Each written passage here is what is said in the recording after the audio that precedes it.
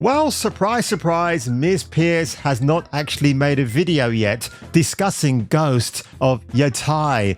What a shame. I was looking forward to seeing her mic drop moment about the controversy surrounding Sony's next failure of a game.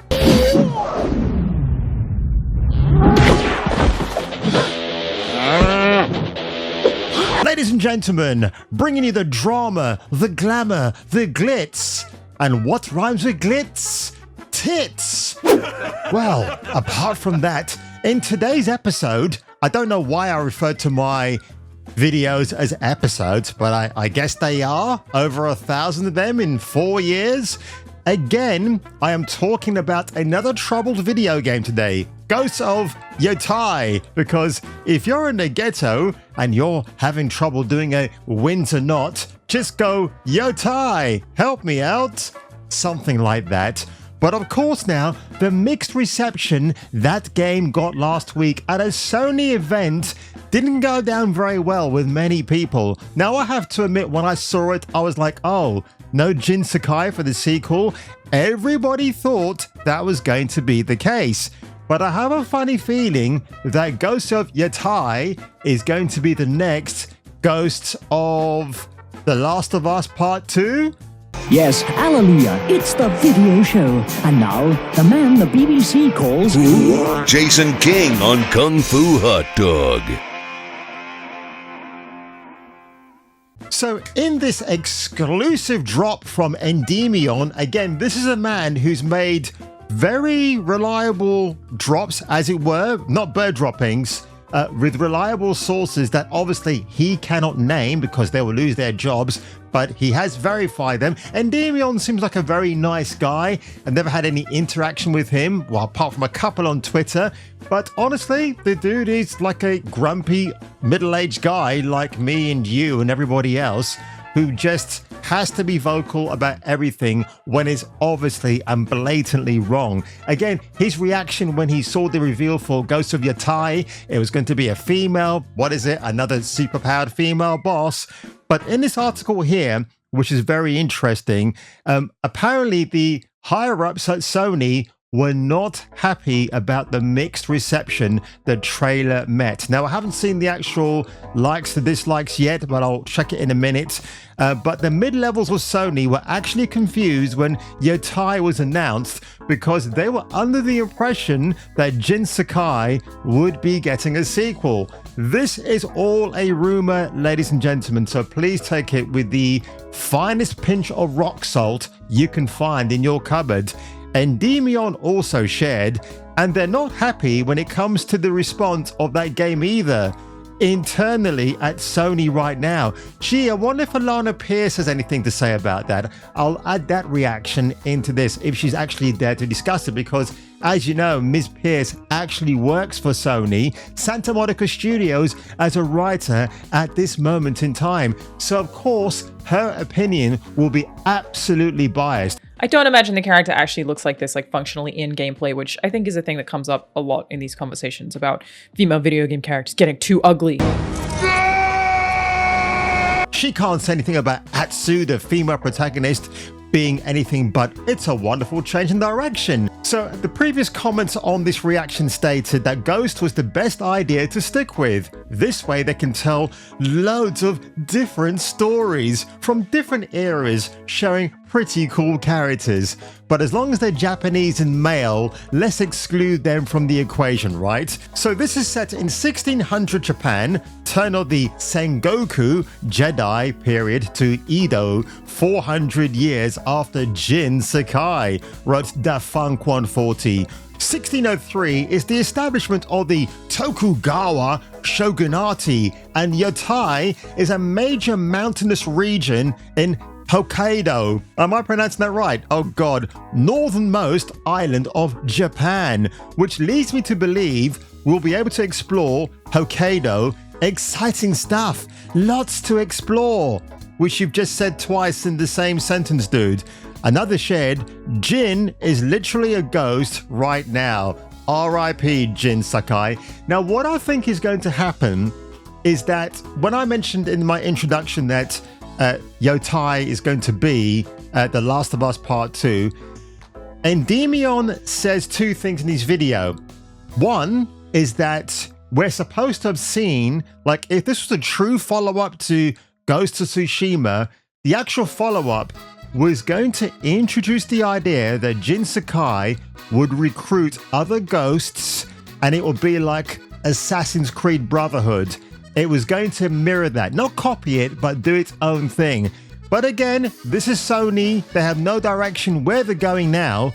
And of course, Sean Layden, who took over from Jack Tretton and ran Sony maybe into the ground or was a bit topsy-turvy with his leadership, he's obviously not working for them anymore. But last week he made the ill-advised statement, very much like Susan Duchronic, if you don't like the game, then don't buy it. Don't ask questions. Just consume product and then get excited for next product. Now, of course, with Erika Ishii as the lead actress, and I'm going to call her that because she's so gender confused right now. She even calls herself Erika Asia, as in Asia at one point. If you look at her credit for the reboot, the woeful reboot of Saints Row in 2022, yeah, that's what she's credited as. She played a character called Joanne Utah. So again, she's confused about her identity. She's confused, or not so confused, when it comes to attacking people of the white hue, even at one point dressing up as a Halloween character all in white so she can go and say shitty things to people. How ridiculous and retarded can you get? Now, the second point that Endymion mentioned in his video as well is that the ending of Ghosts of Yotei could potentially piss off the player base. Now, I'm leaning with the fact that probably Jin Sakai was killed, and he might be killed not with a golf club, but with something else in a similar manner or fashion, right? And as I talked about the Brotherhood of Ghosts in what could have been the Jin Sakai true sequel, I think we're going to get a potential sisterhood of ghosts. That's what I think they're going to bring in. If you're going to bring in a single female character, the protagonist called Atsu, what's to say this game couldn't broaden its agenda even further by bringing in the Sisterhood of Ghosts? We're all going to love that, aren't we, folks? And then what's going to happen? Nobody will buy the game. I think leaks of this game will come out just after Christmas. I'm going to say January 2025. We're going to start seeing leaks progressing online about the state of this game. Because remember, the original crew for the original Ghost of Tsushima apparently aren't the same people anymore. It's a skeleton crew now. Not that Star Wars project. This is something entirely different, which obviously has to send a red flag out there if that is the case. Now, if you remember, folks, Uncharted 3, a very troubled production for Sony, because Neil Druckmann, in her infinite wisdom, pulled the really good people off of that to work on The Last of Us Part 1, and then in turn, Uncharted 3 suffered from some of the most awful game mechanics I've seen in a franchise like that. Had he kept them on, I think Uncharted 3 would have been a belter from the very get-go, but we didn't get that. No.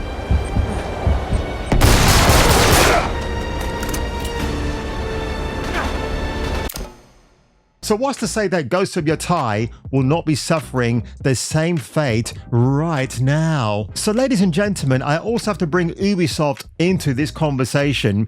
So the rumor is that Assassin's Creed Hex will be the gayest AC game ever. And now, when you read a synopsis about this, it seems great. It's the Salem witch trials. You're a single female protagonist who's obviously going to try and stop that, but it'll be the craziest Assassin's Creed possible, where you have supernatural powers and you're going to wipe men out of the equation, of course, because it's going to be a female protagonist.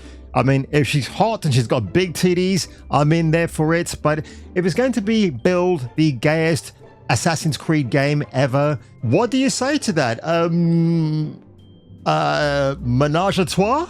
So on that one, ladies and gentlemen, what are your thoughts? What are your feelings? Do you care anymore about what Sony are producing? I don't. I think they actually hate their fan base. If you look at a studio like Saber Interactive, who clearly ignored people who said, you've got to cancel Space Marine 2. They don't have any female custodies in it. And yet, what happened? We enjoyed the diverse mix of a white dude, an Asian guy, a black guy in the world of Space Marine 2. Again, that's probably not lore accurate, but at this stage, who actually cares? Because they still gave us a great gaming experience.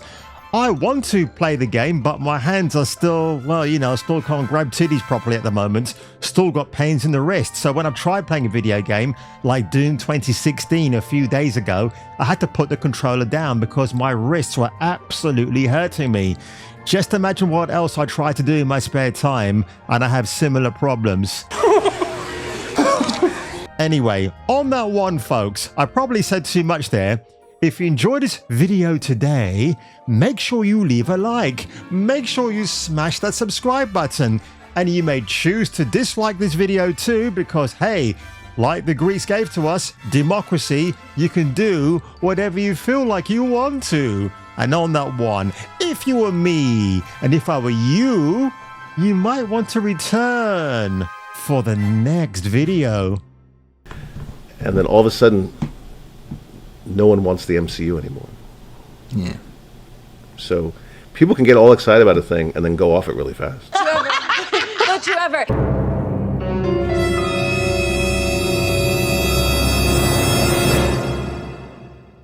Tune in next time, Space Freaks, and hear your doobry go ping in the next gripping installment of Kung Fu Hot Dog.